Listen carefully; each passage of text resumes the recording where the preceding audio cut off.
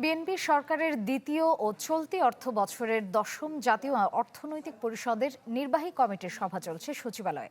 এতে সভাপতিত্ব করছেন প্রধানমন্ত্রী ও একনেক সভাপতি তারেক রহমান। পরিকল্পনা মন্ত্রণালয়ের সূত্র থেকে জানা গেছে, বৈঠকে মোট ১৭টি প্রকল্প উঠতে যাচ্ছে, যা বাস্তবায়নে ব্যয় ধরা হয়েছে প্রায় ৭,০০০ কোটি টাকা। প্রকল্পগুলোর মধ্যে পরিকল্পনা কমিশনের আর্থসামাজিক অবকাঠামো বিভাগের 4টি, কৃষি, পানি সম্পদ ও পল্লী প্রতিষ্ঠান বিভাগের 2টি এবং ভৌত অবকাঠামো বিভাগের রয়েছে 11টি প্রকল্প। ডিজাইন, এলিগেন্স, বিউটি, সেরা পণ্য সবার জন্য জেভিকো। এছাড়া একনেকের অবগতির জন্য পরিকল্পনা মন্ত্রীর অনুমোদিত 33টি প্রকল্প উত্থাপন করা হবে। গত 6 এপ্রিল বর্তমান সরকারের প্রথম একনেক সভা অনুষ্ঠিত হয়।